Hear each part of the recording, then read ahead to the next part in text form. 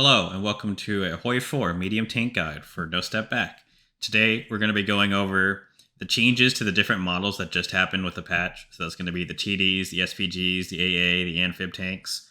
And then we're going to be going over tank designs for your medium tank divisions, templates for those designs, and then after that we're going to go into an in-depth explanation on why the designs are like that and why the templates are like that. So if you want to stick around for that, then you can go ahead. And then after that, we'll go to a conclusion and wrap up. So we're going to go to the changes first.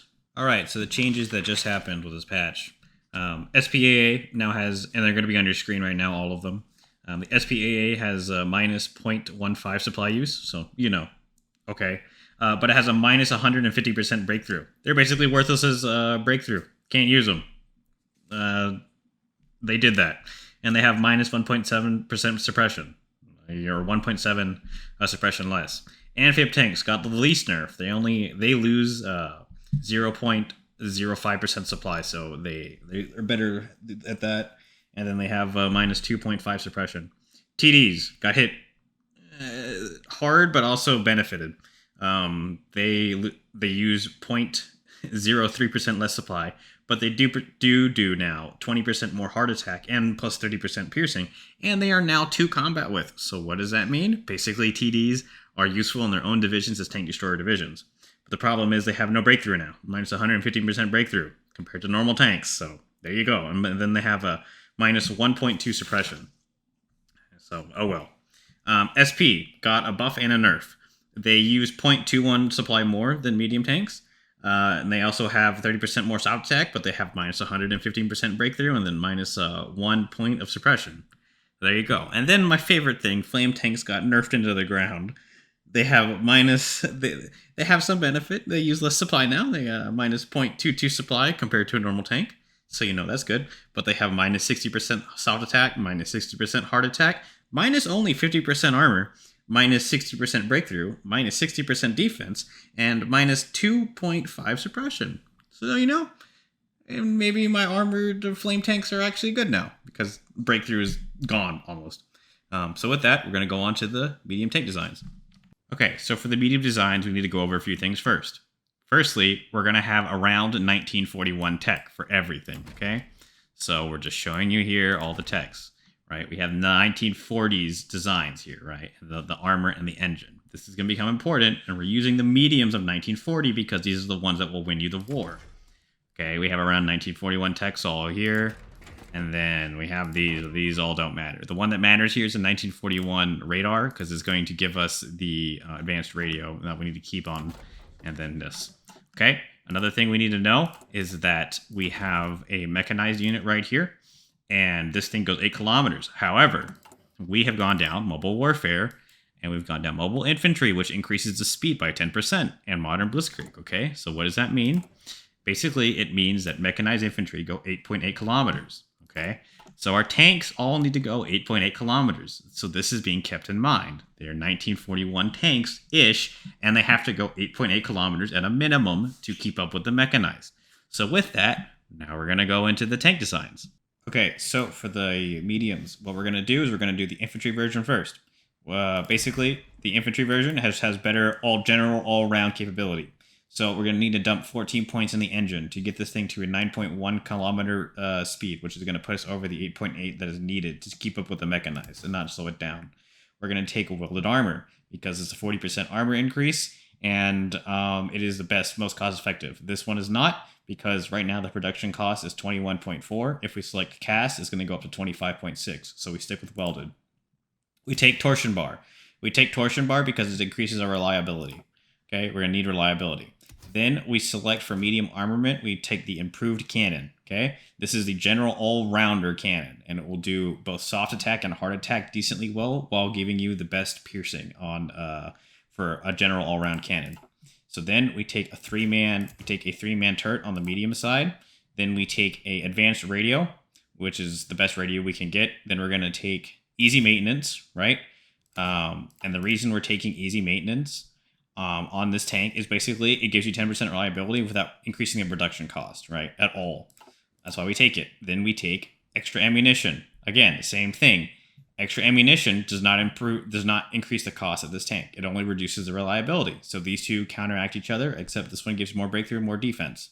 Then we take the wet stowage ammo, which increases the reliability, but only 1 production cost. This ends up with a general design that can pierce itself and has decent soft attack and somewhat okay hard attack for a general tank, okay? This one is a general tank, more suited for breaking through infantry lines, okay? Now, the other design you can possibly go with is a dedicated tank version of this, okay? Now, what are the main differences here? Everything is somewhat the same. The main difference on here is going to be the improved high-velocity cannon. So the main difference here is, as we can see in the stats, we're going to be losing 12 soft attack. We're going to gain 15 hard attack, and our piercing is going to go up to 137 versus 99. Okay, and our breakthrough is going to go up. So with this tank model is better used in specialized tank divisions that are going to go hunt tanks. Okay, 3-man turret is the same, the engine is the same, welding is the same, torsion bar is the same, engine speed is the same, radio is the same. However, what we've done here is we take the squeeze bore adapter, which is going to get us 10% more piercing, and then the easy maintenance and the extra ammunition storage. Okay. So this is getting us more piercing, which will get us a real tank that can pierce pretty much anything. Okay, so these are the two main medium type tank designs. Okay, now the problem is if you want to stack armor on a medium tank, it's possible. However, it's a bad idea, and the reason is if we look at this 137.5, we're going to see that a full armor tank, as much armor as possible with sloped armor and armor skirt, only has armor of 139, okay? It only has armor of 139. A dedicated tank that is meant to kill other tanks has a piercing of 137, right? So almost enough piercing to pierce it, okay? Now, it gets even worse for this tank because it basically, the armor tank, right? This one is 36.5 production cost for barely being unpierceable, okay? But the problem is this thing is slow and it can't go anywhere and its reliability is very bad. And the other thing is, if you make a tank destroyer, it's going to get pierced. So there goes that point. So don't build mediums with max armor. It's not worth it. I'll only either build an infantry version of it or a harder hitting tank version, depending on which scenario you're going to use them in, okay? So now we're going to go to SPGs and TDs. So in SPG, it's the same thing. We're going to go for diesel engine, 14 engine, which gets us to 8.8 kilometer speed, which is what we need. Welded armor, torsion bar suspension. And then for the medium, we take the improved medium howitzer. So we can actually select this artillery role. A 3-man turret, advanced radio, easy maintenance. And then we're going to keep adding soft attack if we can. So a medium machine gun for only production cost of 0.5, and then wet ammo stowage. Okay, increase your reliability, get this thing up. Okay, now we're going to go to the TD, and the TD, this thing is meant to pierce literally everything the enemy has. Okay, it might not be able to pierce a heavy tank, but it'll pierce anything that's medium. Again, 14 engine, diesel engine, a welded armor, torsion bar, and then in here we go and select the improved high velocity cannon. We then make sure it is a TD to get the benefits of the piercing and the heart attack. We get a 3-man turret, get advanced radio, a squeeze bore adapter, easy maintenance, and then extra ammo stowage because these don't cost any production cost and keep the production cost at 21.4. Okay, and then lastly, we're going to look at a flame panzer. This is the design that I went with. However, you can change it. 14 engine, diesel engine, welded armor, torsion bar, flamethrower, 3-man turret, and advanced radio. I put stabilizers on here to get more breakthrough. However, if you really want to, you can get rid of them because they have a minus 60% now, as discussed previously, and get this production cost down to 15.9. It is your choice on what you want to do there. Okay, so with that, we have gone over the designs for medium tanks. Okay, so these are some templates you can use. What we're going to show you here is the two versions. So as I stated previously, the infantry and tank, there is a difference in which doctrine you want to use. So yeah, here is the general layout of the templates. This one is for the infantry tanks, right? These are the ones that are general all-rounder division, okay? It's got armored recon, engineers, flame tank company, logistics, and signals. And then it has the template as shown here. So 15 mediums, 5 mechanized, 16 mediums and 5 mechanized and 1 SP. This is a 45 combat width. You can use whatever your heart desires, okay? The same design down here, the exact same thing. The only difference is this one is the general tanks, so is going to be the infantry tanks, and then this one is the actual tank busters, okay? As we can see in their general stat layout, the general tanks have a lot higher soft attack than the tankers, okay? But the tankers have almost double again of the heart attack that the regular tanks have, and their piercing is at 106 compared to 70. It's just a different doctrine of which tanks you want to use, if you want to split them up, if you want to do a lot of other versions, or however you want to do it. You can see fit. These are the 2 templates to use, okay? Yeah. So with that, there is these templates over here. Now, what's the main differences on these 2 templates is this is the armored one. So this was the tanks that I basically told you guys that you probably shouldn't use, right? And here's the reason. So these tanks, all of them are 800 armored. Again, same template as these ones over here. So what's going to happen here is to go slower, and we can see the main armor is 104.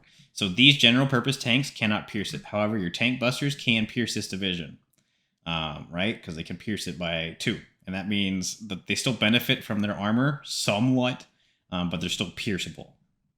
Okay, and the last template general design I would go for is a tank buster, completely tank buster unit.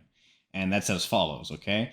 And if we look, we use very significantly less tanks than our tank unit buster, okay? 800 to 336. And the reason is they changed how tank destroyers are now 2 combat width instead of 3 combat width, so you can get away with this, right? So we have a massive metric ton of tank destroyers. We have 14 tank destroyers, 1 SP, and then we have 7 mechanized, okay? You can do whatever you want with this template or however you want, but 35 organization on a 45 width, okay? So these are some templates you can use. Now we're going to go into a little trick on how you can specify which tanks go where in divisions. And then after that, we're going to go into an in-depth explanation. Okay, so the trick to send specific tanks to specific divisions is basic, but you can do this for if you needed like light tanks that you're using your armored recon to go fast, or if you needed heavily armored medium tanks for Space Marines. Same thing for flame tanks. So this is how you do it. There's a tank right here. It's called Panzer IV tank, right? Go to the equipment tag and you select one of these options, right? So we're going to select the Stug, right? And save it. It already has it, right? So then we go to our infantry one, right? And then it has a regular tag, okay? With these 2, they have 2 different tags, right? So if we go to our Panzer divisions, right, we can see that this one is the one with the infantry, right? So what we can do is select this tag right here, and it will immediately specify in the equipment that to only use this tank, okay? Right, and it's doing it right here. If we go to the Panzer unit, we can do the exact same thing. This tank unit will only use this one, and you can press the update button, okay? That is one way of doing it. Another way of doing it is to set it manually. How do you set it manually? Per division, okay? Per division's like in the template designer. You leave the tag alone, just come into a new unit. So we're just going to put the tank hunters or whatever, right?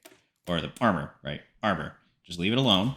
And then you go to your equipment, okay? There's a whole bunch of options here. You can use new equipment, use foreign equipment, or a whole bunch of whatever, okay? And then you go to your medium tanks and you select options here and it will be reinforced, okay? So let's say we only want like the armored tanks to come here. We just select the armored tanks and we press update, and only armored tanks will come to this division, okay? It's very simple. So you can do it with every type of equipment. If you have like certain K98s you want, or you have advanced light tanks you want in here or whatever, it's completely up to you on how you want to do the division, but this is the way you do it with this little trick. So with that, now we're going to go into an in-depth explanation on the tanks. Okay, so an in-depth explanation here. Basically, from my testing, and if we look, right, we're going to see we really, in theory, have 3 types of cannon we can use. We can use the improved medium cannon, the high velocity, or you can use a howitzer. Now, if we look at the differences between a medium and an improved howitzer, we can see that we gain 3 soft attack, we lose basically all of our hard attack, our piercing drops by 30, and our breakthrough goes down. Okay? This is not worth it. ever on a medium tank design. So on a medium tank design, it is not worth it. So that's why you take the middle road. You go the improved medium cannon. Okay, this one gets general all-rounder stats here. All right. Now the high velocity cannon is used if you need to have tanks that are better at punching through things that aren't infantry.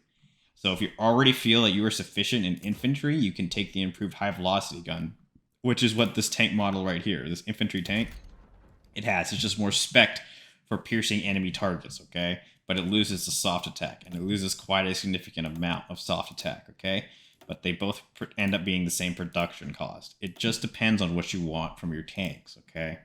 As we discussed, the armored medium tank is worthless because it's going to get pierced in the division. And even if they have more armor on paper, right, they're still going to get pierced. Now, there's various reasons for this, but basically it's they have 139 armor, right? But their division with only them in it still has 104 armor, which means that they get pierced, okay? They get pierced by the tank hunters, which leads to, and the actual Panzer divisions at 106, okay? So it just leads to armor not being very useful.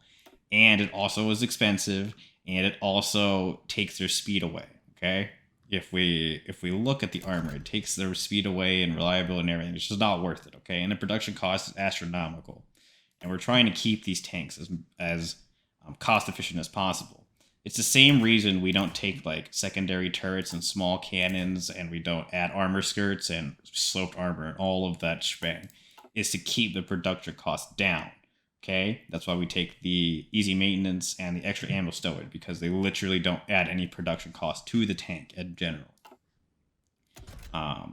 Yeah, and if we look at the tank destroyers, it's the same thing. Tank destroyers are just meant to bust through tanks, so that's why you have a tank destroyer template. And they got a huge buff in this patch, because if we look at the tank hunters and we compare them, right? Well, the screen's broken, so we're just gonna have to go to here. If we look at the tank hunters, we can see that there's only 336 required out of this, okay? And if we take a look at the Panzer tank unit, it requires 800 tanks, okay? This unit is more efficient at busting through tanks than this one.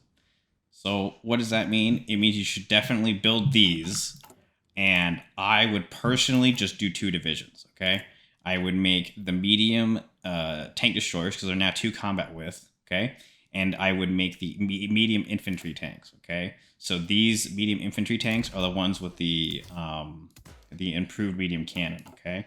Now, this is so that your tanks have the breakthrough and the soft attack to bust through the enemy lines, while your tank destroyer divisions, which are cheap because your divisions only require 330 of them, right? Instead of a normal 800 that your other tanks do, right? So our other tanks require 800.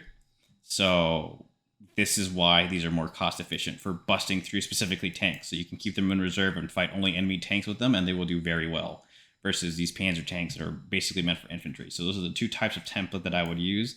And I just gave you an in-depth explanation onto why you would choose the cannons. Basically, is the main difference between the improved and the howitzer and the improved high velocity. So with that, we're going to go to a conclusion. Okay, so in conclusion, today we went over the different types of tanks that you can produce, some of the templates that you can use for them, and a more in-depth explanation on how all these factors work together. So just to reiterate on the main points is I would build either of these tanks. It just depends on what you want your tanks to do. You want your tanks better at infantry busting, you take this. If you want your tanks better at fighting other tanks, you take this model. You do not build the armored model because it's trash, okay? It costs way too much. You build your improved medium tanks, right? Use them, tank destroyers right here, to bust through enemy lines. And the reason is the divisions cost a lot less in terms of tanks usage compared to other tanks. So your regular tank divisions cost 800 tanks, and these ones cost 336, and they're just better at punching through. So with that, if you like this video, go ahead and leave a like and subscribe if you like this type of content and you like these guides to keep popping up in your feed. Otherwise, please have a nice day.